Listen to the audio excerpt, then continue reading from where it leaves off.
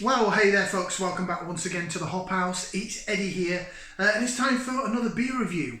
Now this beer I have had before, on keg funnily enough, so it's not a virgin beer review. I suppose it is out of a can, but we'll see what we're going to get. Now, if you're new to this channel, as I say at the beginning of all these videos, welcome along to the Hop House. We'll call that, so we like hoppy beer, we like house music. We're on the beer side. If you like either of those or both, then give us one of those, give us a like, share, subscribe to this channel if it's your cup of tea, if it floats your boat. If you want to see what we're reviewing, right here, right now. Okay, and this is another beer from my Leftfield Beer haul back in April. So, I've had it ages and I've just not got around to reviewing it because I've just been doing stuff and working and all sorts. This is from Deya, Deya, should have put my Deya t-shirt on, never mind. And it is the Into The Haze. This is a regular IPA of theirs that they brew at least once a year. 6.2% on the ABV, 500 milliliter can. We love the 500 milliliters from Deya. I've not had a bad beer from these guys. They know what they're doing. I reviewed back in May the Steady Rolling Man, which was their core beer. I put it up against Vocation. Sadly, it lost. I've had their magazine cover Pale Ale, which is absolutely phenomenal. And what was the other one I had? The IPA, Stranger Still. Oh my God, I was dancing around the kitchen drinking that. That was beautiful. Should we get this out? Into the glass. Another new glass as well. This I did get when I was up north. So I went up north for a bit of a family emergency, bereavement in the family. I was staying over at this hotel, and it was a Green King pub hotel. And they ordered a pint of this, and they let me have the glass as well. I think they felt sorry for me because of what had happened. But this is Icebreaker Pale Ale. It's got an anchor on it, so I thought, oh, I want that glass because it reminds me of when I worked on the cruise ships. Anchor. Right, actually, the Icebreaker Pale Ale, I might get a 4-pack of it. You can get it in Morrison's. Decent beer for a Green King. I liked it. But anyway, we're talking about Deya. Sorry, Deya. Putting you in the same conversation with Green King. It's just, I like the glass, that's all. Right, let's get this out. In the glass. Deya Brewing are going to be at Beer Central that I'm going to in a couple of weeks' time. Well, I'm hoping that I can go because I've heard on the grapevine that there's going to be more bloody train strikes on. So I don't even know if I'll be able to get there. So I might have to cancel, which would be disastrous. Absolutely shocking. You know, I know they're striking for a reason. It's just inconvenient to me, so it's shocking for my thing, but if I don't get to a beer festival, it's not the end of the world, is it? Right, there's your beer in the glass. It fits the whole can in just about. It looks like there's a lot of bubbles rising up, but it does look very custardy, chicken stock, thick and hazy as you like. Lovely white head on it. This is Deya to a T. This is what they do. There's the anchor look, and there's the logo on the other side, but we're not bothered about that. We're bothered about the beer. Right, it looks good. I can't wobble it about at the minute because it's just clearly going to tip over the sides. So I think I'm going to go for some aroma. We're going to stick that into there. We're going to give it a whiff, see what we can sniff.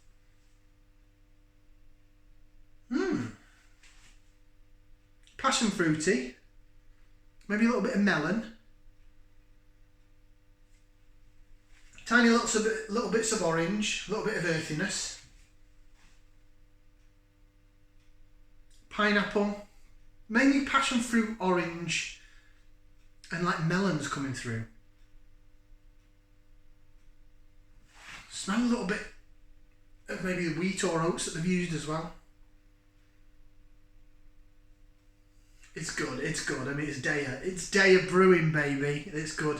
Now, this was from leftfieldbeer.co.uk. I've had it since April. It was in their reduced section, so it's probably past its best before date now. But you know what? I ain't bothered about that because that smells bloody lovely. Absolutely wicked. I can't jig it and do any lace division because the glass is too full. So I'm going to have to sort that out. So bottoms up, down the hatch.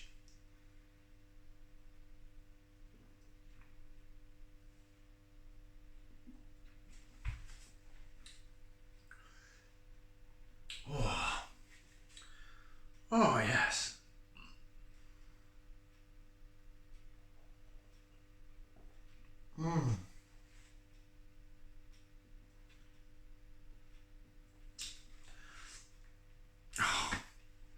Oh, whenever I drink a Deya Brew, puts a smile on my face.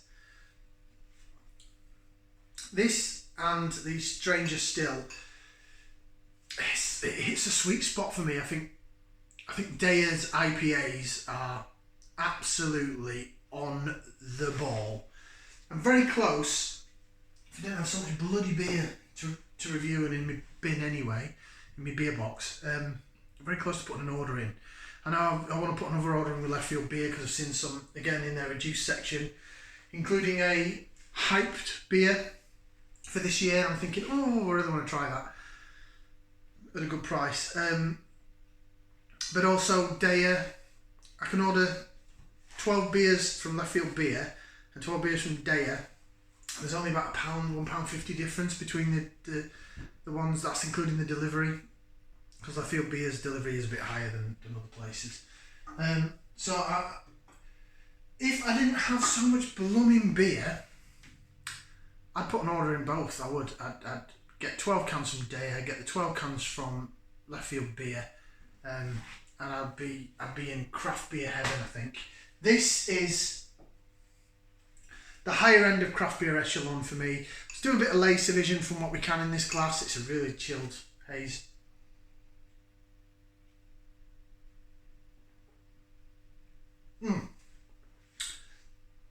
We jig. Look at that. Sexual chocolate. Although it's not chocolate, sexual beer. Hope you got the reference there. Coming to America.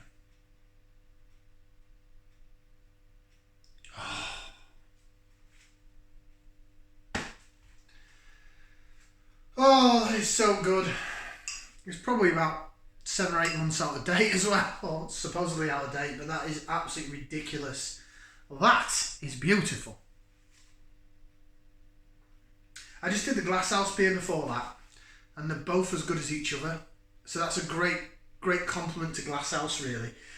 Glasshouse and Attic, I know Attic's going to be at Beer Central, I know Deya are. So I might tag Deya into this, and I might email and see if I can. If I do get there, of course, if train strikes don't go ahead and I can't actually bloody go, I'd love to speak to someone from Deya. That would be great, because I'm not a massive beer channel like those out there that have got like thousands of subscribers. So it'd be real sort of honour for me to speak to someone from the likes of Deya Brewing. Be a real treat. Sorry, I just totally lost track of what I'm doing. Let me give you some flavours. The mouthfeel, by the way, is tremendous, as you would expect with Deya.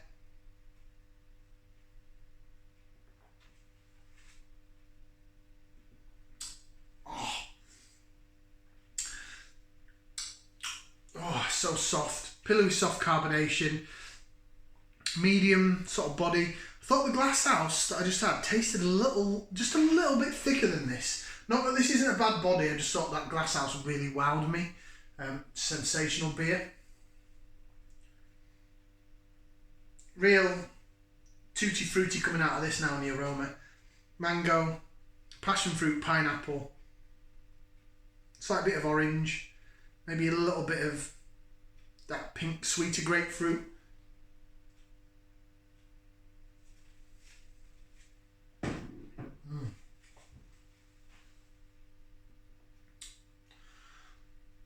Oh, for a 6.2%, it glides down. It's beautiful. You could get into trouble drinking this beer because you'd be drinking it and go, oh, this is brilliant, blah, blah, blah. And then suddenly you'd have 3 or 4 of them and realise it's 6.2%. You'd be like, oh, beautiful, beautiful. Again, like the last beer, like the Glasshouse beer, it sort of sticks to the sides of your mouth, the inside of your mouth, and really lets you know it's a good quality beer.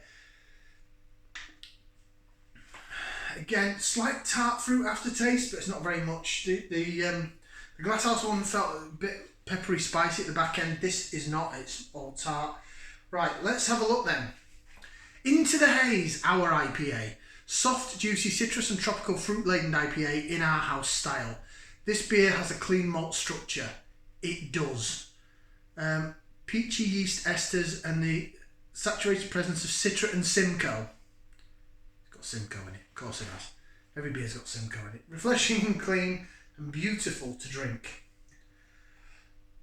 Excuse me. You can buy that on Deya's website, deyabrewing.com.